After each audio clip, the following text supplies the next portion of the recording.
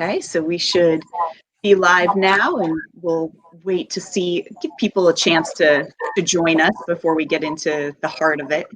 Okay, sounds good. Yeah. So let me move to where I can see. And what we'll do is let people know what they're into. And so for those that can't join us live, we'll send out links for the replay, and I'll just say, hello, I'm Kimberly Hunt with Revision Division, and we'll get started in a minute. You're in for a treat here today. And is it okay that I reveal your full name? Yeah, that's fine. Okay, so we are here with author Elizabeth Anderson, and she is going to talk to us about all things characters, arcs, development, characterization, whatever questions you have. Oh, we've got some great people joining. We have Abby saying hello. We have Marvella saying Ravenlord here. Interesting. We've got a mage here. I recognize these people. Hello, hello, hello. Thank you for coming. Yes, thank you so much for joining us. We'll get started in just a few minutes. Probably not that long, but just as a recap, for people as they join, I'm Kimberly Hunt. I'm an editor with Revision Division, and we've got a great treat here tonight with Elizabeth Anderson to talk about the remarkable retirement of Edna Fisher, and AKA the Chosen Grandma. So I have a lot of great questions to ask you about that, and we'll talk about how you developed your characters and take questions from people joining. So I think we have Liv, Icy here. Lots of great support. Thank you all for coming. All right, so on the blog, which is, I think, may have been, I'm not sure if we found each other on Twitter or if it was soon thereafter, Elizabeth, you did a guest post for the Revision Division blog where people can find tips and author interviews like this one and book reviews. So if you have ideas, send those. We'd love to read some books and review them, and a lot of writing and editing tips. And I think that's one of the things that we're here for tonight, is to talk about all the tips that we can share about characters. I'm sorry if you hear a little feedback. It might only be on my end. Maybe we'll try to make adjustments as we go. All right, so what we'll do is we'll start with a few questions that I have, and give you guys a chance to post your questions, and we'll get into the heart of it. But Elizabeth, thank you for joining us here today. Thank you for having me. I'm very excited, especially now that we're live and people are showing up. Yes, isn't it a relief when you're like, oh, people are coming? Right, especially after like spamming Twitter saying, please someone show up to this. So, I mean, not that I wouldn't be delighted to just talk to you, but it's nice to have an audience for this. Yeah, actually, as a side note, in case any children come barging in, they were not supposed to be here tonight, and my husband's like, oh, well, change of plans, and I'm like, well, do I have to cancel? Because this isn't going to work. I'm like, I've been talking about it all week. I'm not canceling. But so I would love, what I've been looking forward to, why I didn't want to cancel, besides the fact that I've been hyping it up, you've been sharing with your fans too. I love your story of your journey, of how you were inspired, how Edna first came to you. And so I'd love to start there with just how your journey as a writer started, if you could share with our fans and followers. Yeah, so I always have a slight problem with that question, only because I think a lot of writers have kind of this moment or this thing or this person who really made them go, wow, I want to do that. I want to be a writer, or like one single book or something like that. Mm-hmm. And well, as we were talking about before this chat, I have a very bad memory. So I think that's part of the reason I have trouble pinpointing like a single thing. Right. So I don't know, I come from a family of readers. My parents both read a lot, and they read aloud to us a lot. My sisters read. My grandpa had just tons of books on different subjects, and also he was a writer. He spent almost 30 years working on like a story based on his experiences in the Korean War. So there was just like a lot, like I was just inundated with influences when I was younger, I think. But probably the turning point for me, shout out to Young Writers Society and everyone from there watching right now, which by the sound of it is a lot of people. It's a website for young writers, ages 13 to 18. I'm just still there because I never left, and there are a lot of people who are in our 20s now who just never left. But it's a site for young writers. It's a really good community, and there's a really robust reviewing system, so everyone gets some feedback, and there are a lot of different fun things to do, and you can explore all these different styles of writings. And so I really feel like that's really where it took off. I think it was finding a community for me that was really robust and where I could meet a lot of other writers. I think that's really when it took off for me. That's awesome. So you've got a lot of people excited here. I'm going to show some of the comments as you talk through that. And it sounds to me like, as someone who looks for the chance to give back, it sounds like you're able then, because you've stayed with the young writers, to kind of mentor and give back and give feedback. Is that how it works? Like, you're able to also...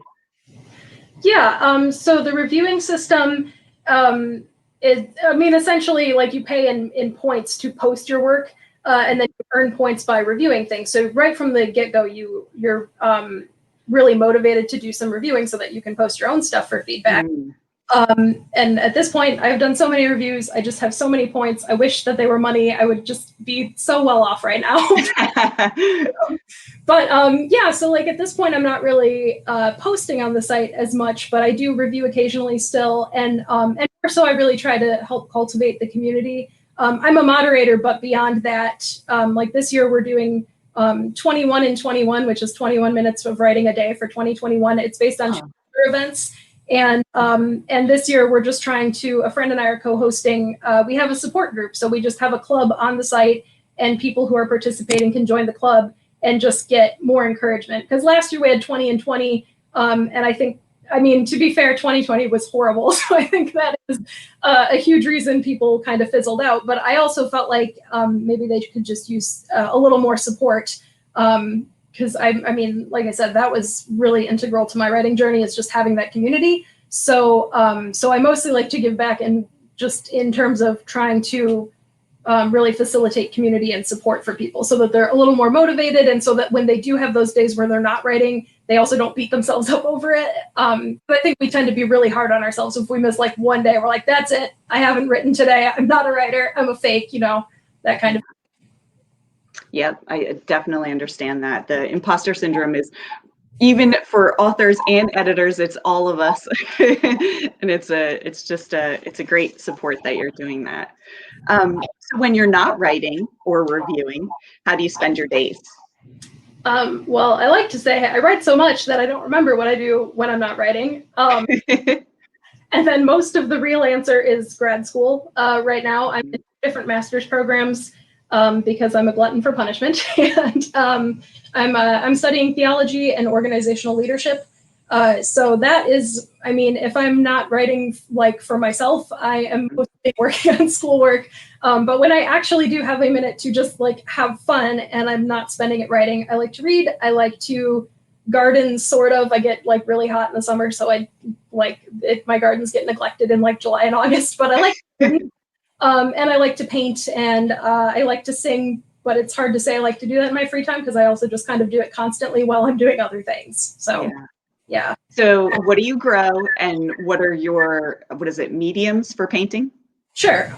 So okay, when I'm gardening, I grow whatever I see that I'm like, wow, that's pretty. And I have no clue if it will work in my soil type. Or I just see a plant and I'm like, this is a really nice plant. I'm gonna get this plant, and then I plant it and I hope for the best.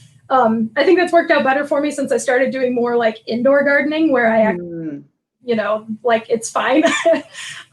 Yeah, I really am not like, I'm not doing a vegetable garden or I don't like enough vegetables anyway. I would probably have them and then just never eat them. I just I just grow whatever is like attractive to me, really.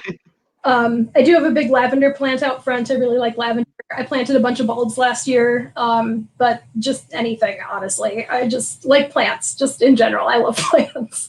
I did, for anybody who follows me on Twitter, they know because I spammed the Twitter timeline the other day with like 25 tweets, just a thread of tree research I did because I got really excited about it.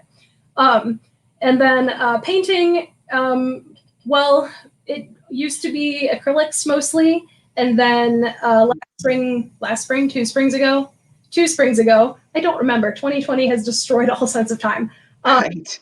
2 springs ago, my last semester of undergrad, I took a watercolor class and thought I would hate it. But it turns out I thought I would hate it because I'm used to like those little Crayola tins of watercolors. And these were like good watercolors that come in a tube.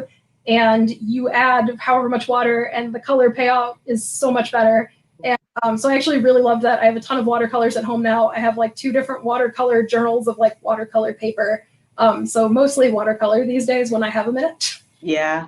Years ago, I tried acrylics, and it was an abstract class that I took, so that wasn't too bad. I didn't, totally stink at that, and I enjoyed it. And so I learned a few things, and we have around the house that's nice that you did that, dear, kind of thing. But the only kind of plants that work for me are the spider plants, because they pretty much, I can't kill them. And it just gives me such a thrill when they make the little babies. So I'm happy to cut some off and send them wherever. My daughter's like, you should sell them. You grow so many of them. I'm like, nobody wants that. I think false. There's actually a Facebook group called like Houseplant Hobbyist. It is probably the only, I was going to say the most wholesome place on Facebook, probably like the only wholesome place on Facebook. And it is literally just people like sharing pictures of their plants and hyping each other up and asking how to take care of stuff. And I bet if you posted in there, like, does someone want some spider plants? People would be like, yes. And you would takers. Awesome. I might have to look into that. Although I would not take all their advice. I would be in there and lurk and listen, and then I wouldn't execute. So that's great. Let's talk a little bit about your writing now. Not a little bit, a lot actually. I want to hear about the Chosen Grandma story. So will you share with others how Edna came about? Sure. So this is, I think most people can guess, because usually it's really fun to connect with people this way. Usually when someone hears about the story, they're like, oh my God, did you know about this Tumblr post from like 1,000,000 years ago? And that is where the story came from. It's actually originally a tweet from this account called Brooding YA Hero. So, and actually the person who runs it, I have since met on Twitter through her personal account, totally unrelated, like we bonded over our mutual love for Liz. And then I found out that she ran that account and I was like, oh my God, I'm writing that story. That's so awesome.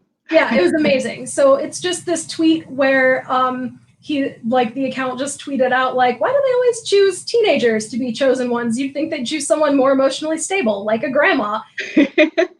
And then people on Tumblr loved that. And they were like, I would read the hell out of a series about an 83-year-old, like, grandma who's just running around with her like anxious but loyal orderly who makes sure she takes her pills on time.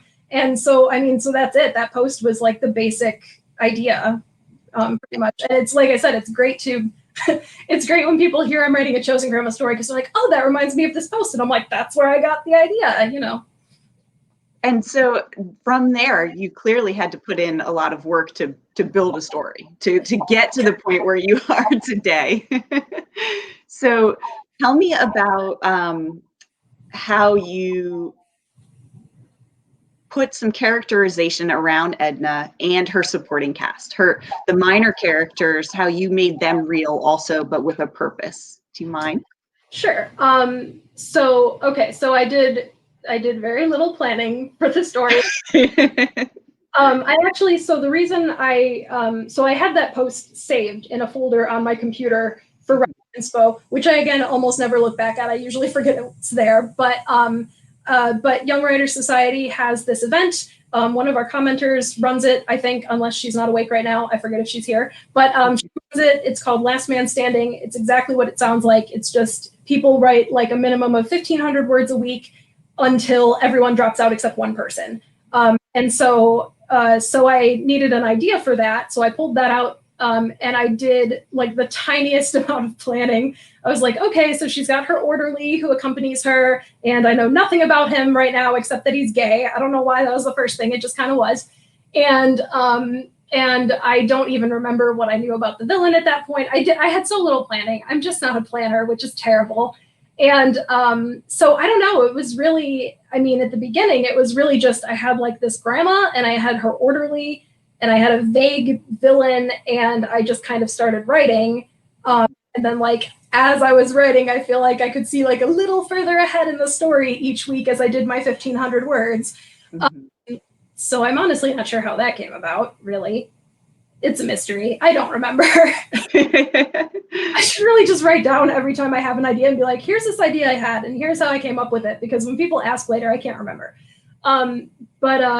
So I mean, she started out as like a grandma. You know, she likes to knit, and she's not actually a grandma, but she's got lots of like grandnieces and nephews that she's basically a grandma to. And she makes cookies, and she looks like the quintessential grandma. You know, she's like kind of fat, and she's got like a permed hair and glasses and whatever.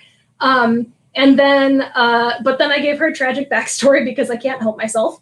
Gotta have the flaws. Right, you gotta, that just, and I love angst, so every draft of the story, like, it sounds so funny, the premise sounds so funny, and it is a funny story, I swear it is, but it also gets very emotional and angsty because I can't help myself, and every draft got more angsty. But so I think that was part of it, because she's she's, like I said, she's like the quintessential grandma, and she's a very kind and cheerful character.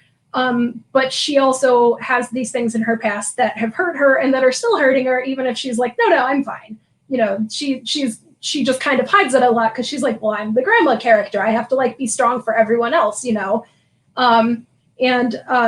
So I think that just that kind of almost contrast can give characters dimension a lot. When you've got something where like this character looks a certain way and you expect them to be a certain way, but there's something in there that is kind of the opposite of what you would expect. I think that sort of happened with the side characters as well. So there's the teenage girl who is kind of mad that she's not the chosen one, because in a normal story she would be. But like, and she's like really rude, and she's very angry, and I adore her. And people in the first draft were so annoyed with her. No problem. But I love her. She's very angry, and but she's like, you find out later, like, she's very traumatized, and like that's really where this comes from. It's like PTSD, really. So I think that not that there aren't just people who are rude just because, but you know, like, it's good to give some depth where you can, and not everyone has to have deep reasons for everything they do. But I think for any major characters in a story, I think it's good to have that.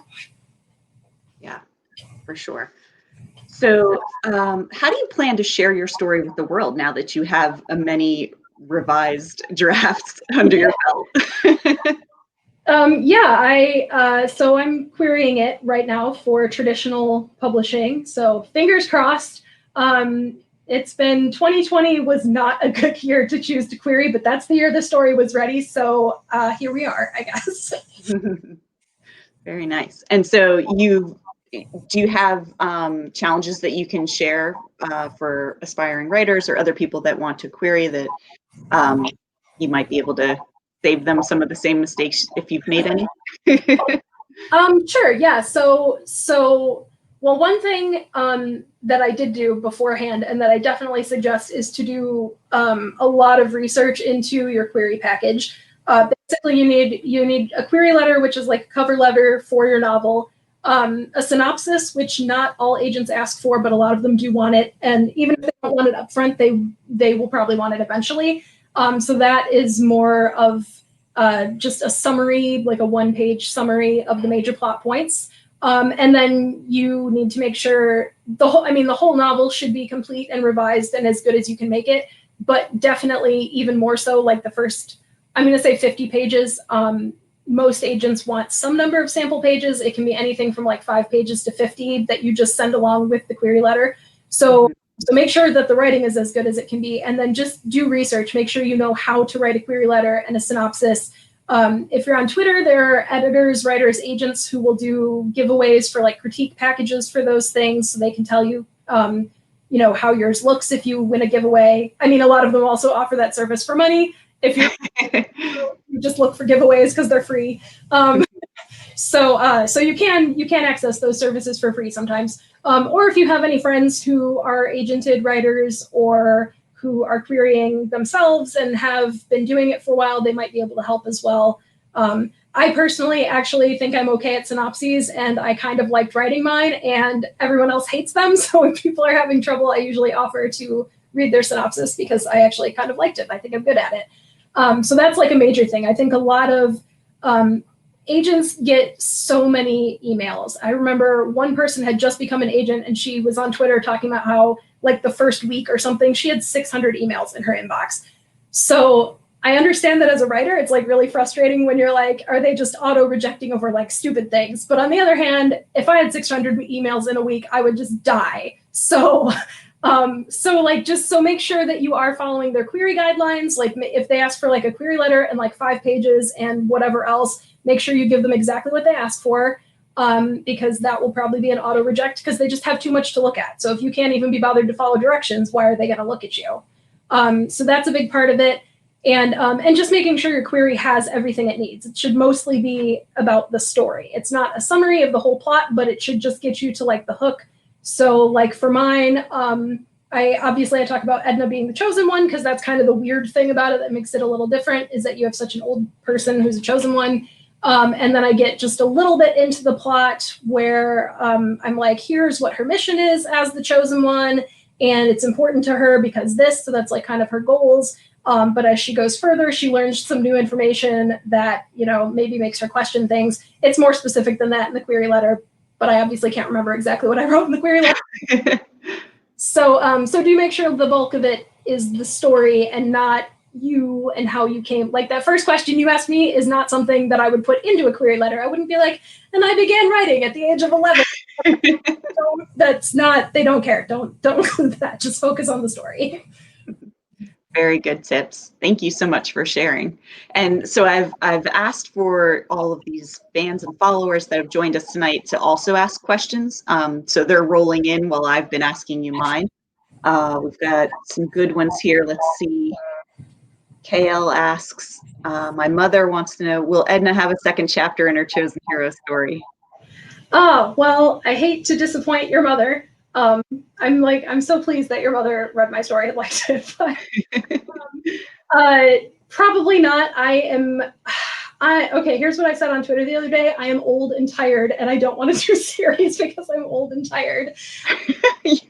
I will say that I will not totally shut down the idea. Like, who knows? Maybe I have an idea a few years down the road, and I'm like, you know what? Edna needs another adventure.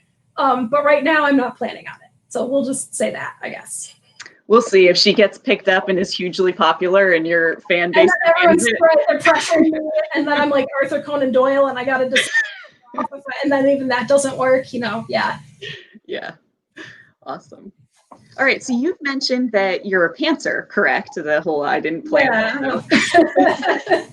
So if you didn't start your story like if you didn't first plot and write an outline, what was your revision process like to make sure that you have these things that make your characters have some depth? How do you come back after the fact and add that in? So real quick, I just have to mention that I actually am planning a story right now. And on one hand, I do feel like this is going to help me a lot. But on the other hand, I'm like, who am I? Because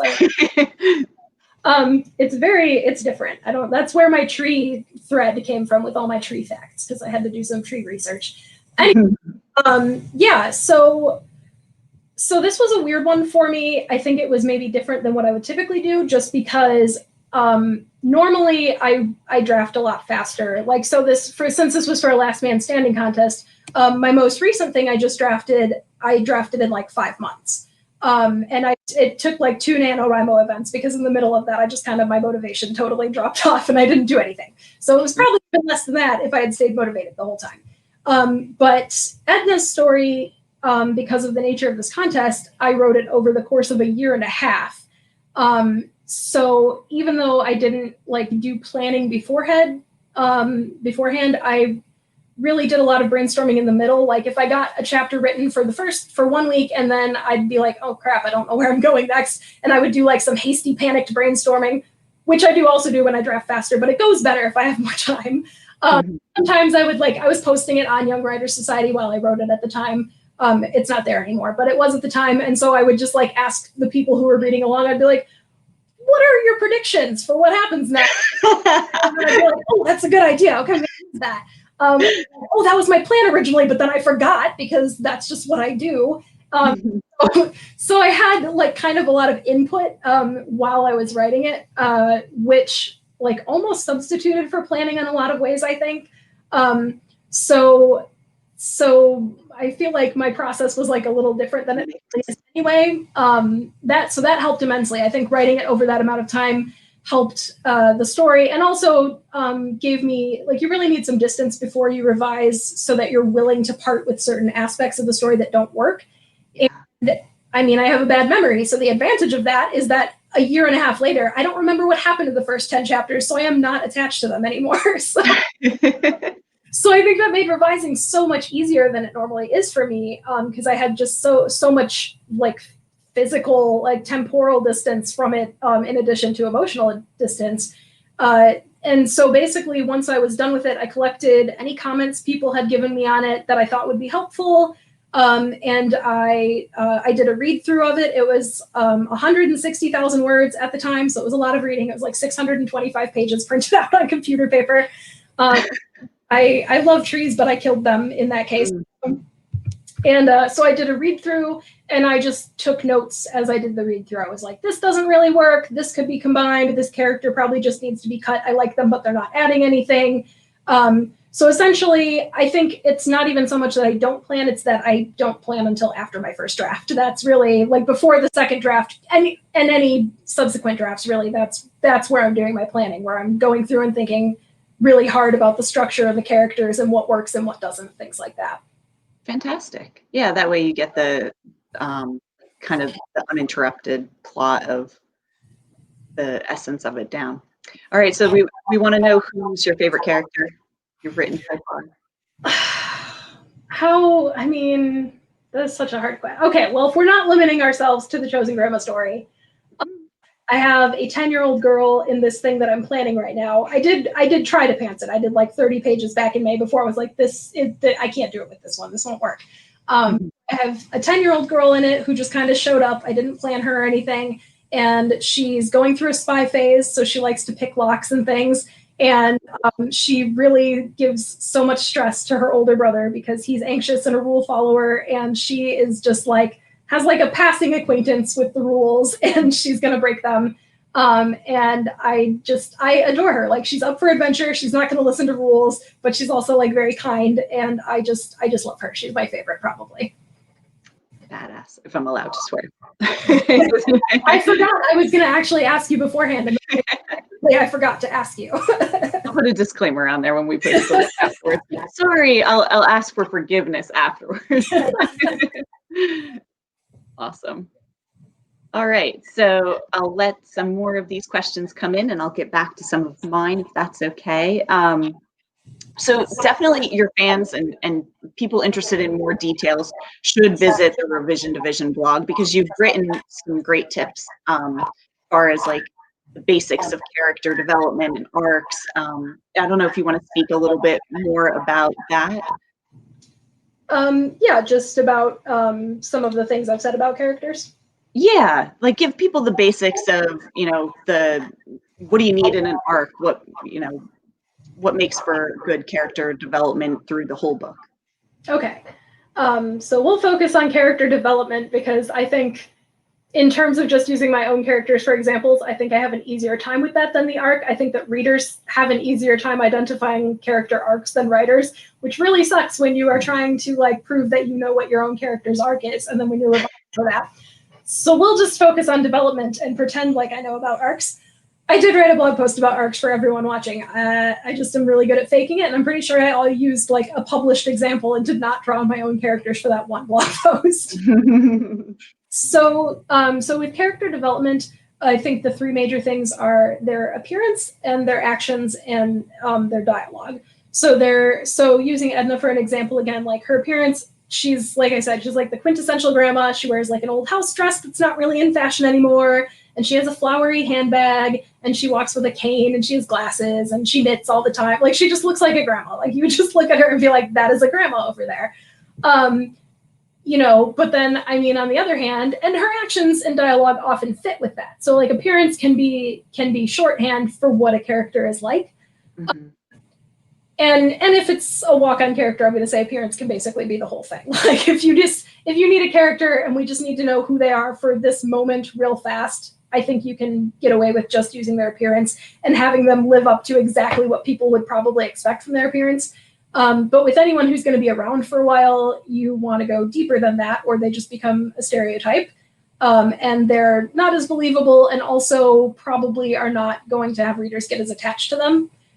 So that's where actions and dialogue come in more, where, appearance, actions, and dialogue can all work together, but they can also all kind of contradict each other in different ways.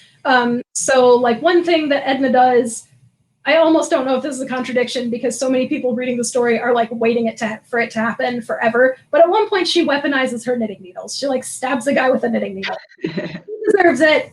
But like she did, that's not like, she's a sweet little old grandma. You wouldn't expect her to stab someone with a knitting needle or anything else.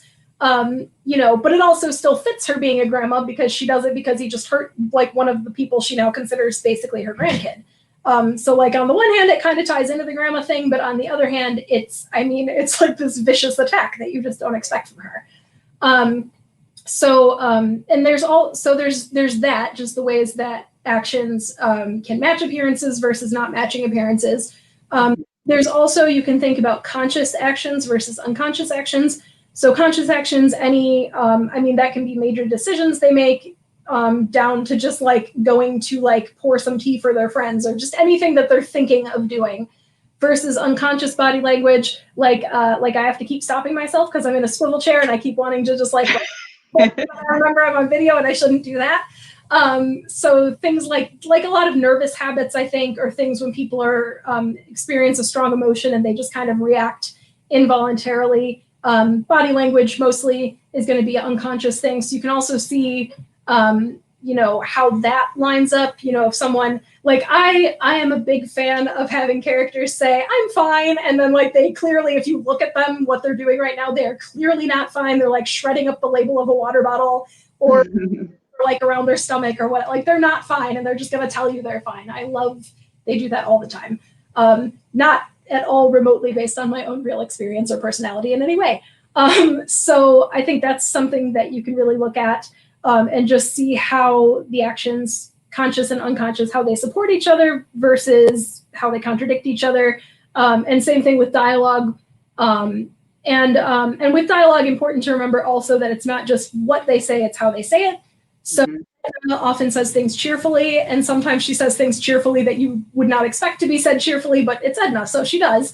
And on the other hand, Clem, the teenage girl, she often says things irritably because she's always irritable, or at least that's how she's always like scared and angry and insecure, but it manifests as being irritable, which is another thing to think about. Is the character, how they're feeling, is that always obvious that this is how they're feeling, or do they mask how they're feeling with, either stoicism or with other emotions? Do they compensate by showing a different emotion rather than the one that they're really feeling right now? So that's another good thing to think about. Yeah, I think your tips on using appearance and especially action and dialogue to make sure that as you're building those characters and giving them those characteristics, that it helps you create a character that's distinct and different from the other characters in the cast. So the way they speak, or whether it's irritably or cheerfully, that way the characters come off the page and they don't seem like they're all saying the same thing or the same way. Right. I do know one common piece of advice if you're not sure if you're achieving that, specifically with dialogue, is that you can just take all your dialogue tags and context away and just list the dialogue in a conversation and have your readers try to, even if it's someone who hasn't read the story, can they pick out, like, say, okay, there are 3 characters in this scene, we'll call them just character A, B, and C. Can you tell who's saying what, or does it all sound like it could just be anybody? And that I think I've only done that probably once, just kind of for fun, but it's just one way that you can have readers tell you, without the context, the rest of the context of the scene, is the dialogue do they speak in different ways or express different things? And can readers tell who's who just by the dialogue? Yeah, then you know you've got some strong dialogue there where it conveys tone and emotion on its own without relying on the tags. Yeah, that's awesome. All right, so I love your posts, your tweets, your tips in our blog, and I feel like whether you're talking about grammar or the elements like that, I love developmental editing, so of course those concepts are fun. But it's great to geek out with you over these things because you're so clear and thorough about the information that you share. And so I think I want to say thank you. I'm sure there's a lot of people here supporting you tonight that also appreciate that. So before I jump to a little bit more about what you have coming up in the future, let's take some of these questions that you have. Here, I feel like there's a bunch that came in and I've let them pile up. All right, so here's a good one. Do you ever have a moment where you don't feel like you're as great of an author as you'd like to be? What do you do to fix it? Well, okay, so I have that moment a lot, and querying in 2020 is like a great way to have imposter syndrome. Like you are just 100% sure that you are just the worst and that it's terrible and that no one's ever gonna want it.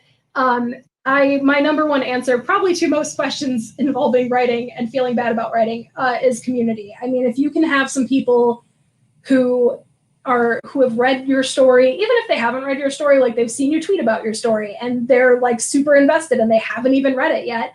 And I know like that makes it harder because you're like, but for all they know, the writing still sucks. Like they don't really know, they haven't read it.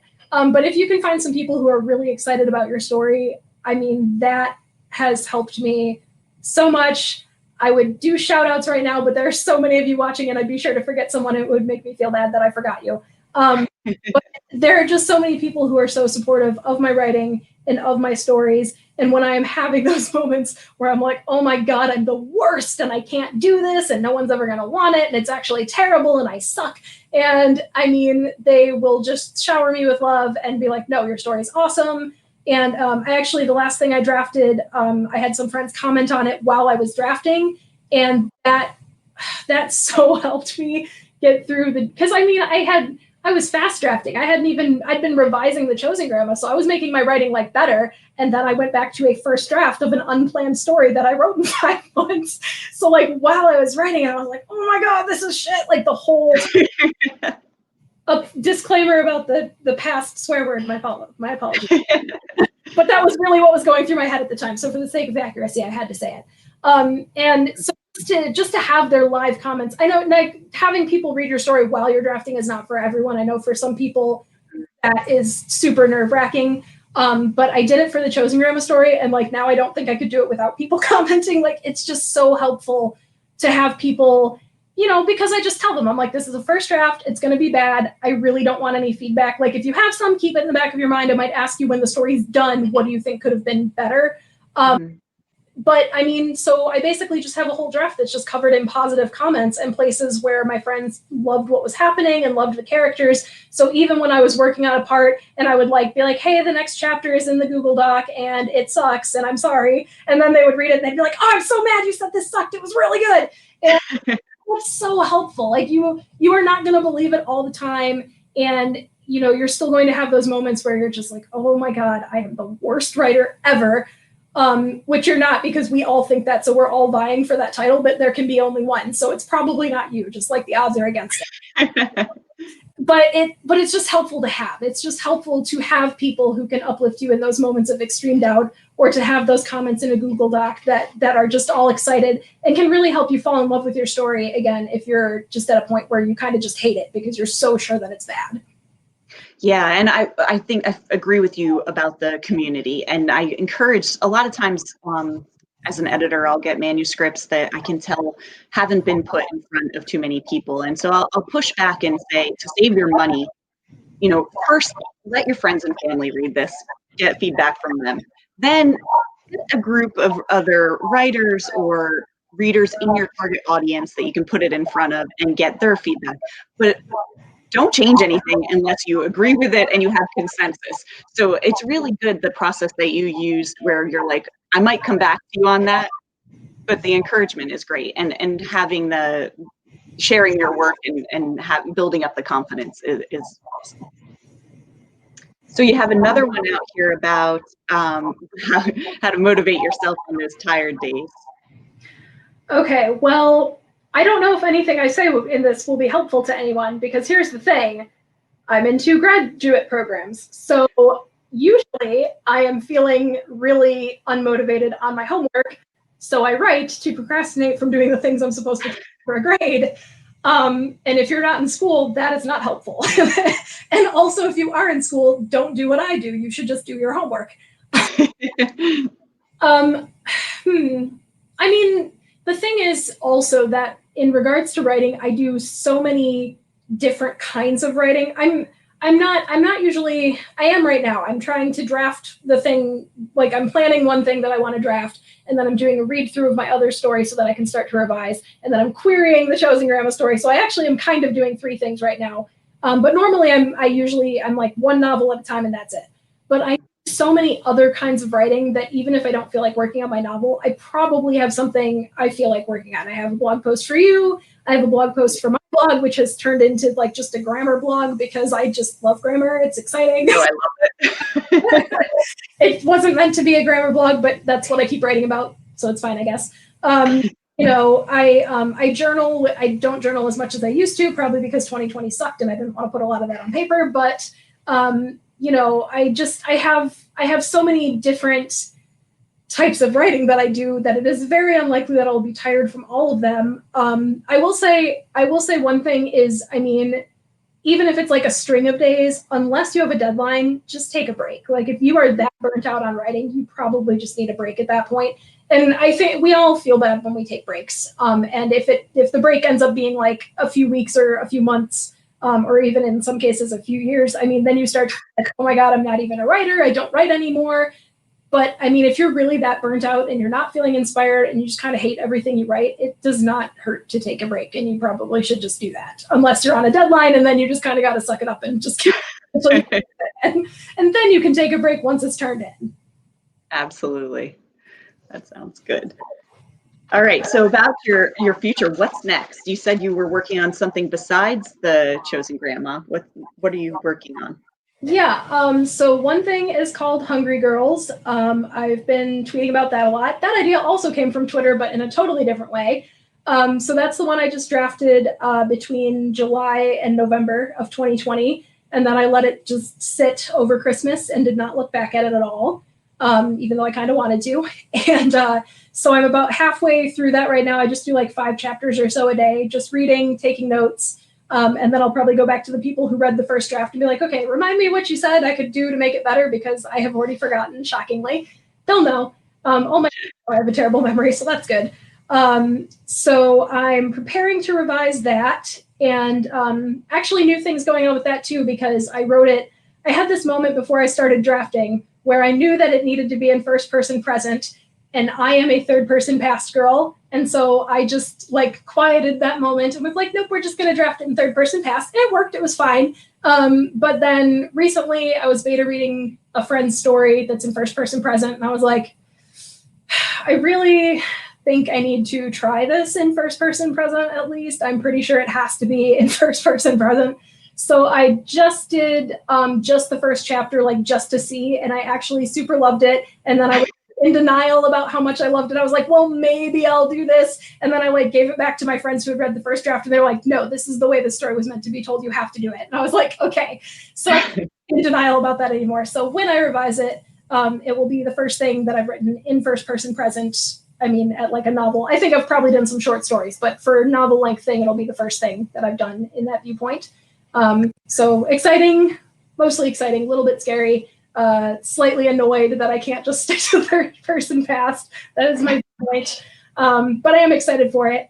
And then this other thing is untitled on Twitter. I just call it Groundskeeper Whip because it is a work in progress about a groundskeeper at a cemetery.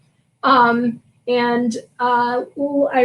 wrote 30 pages in May, and I do like what I had, but I really had no idea where the story needed to go or like what the conflict was or basically anything.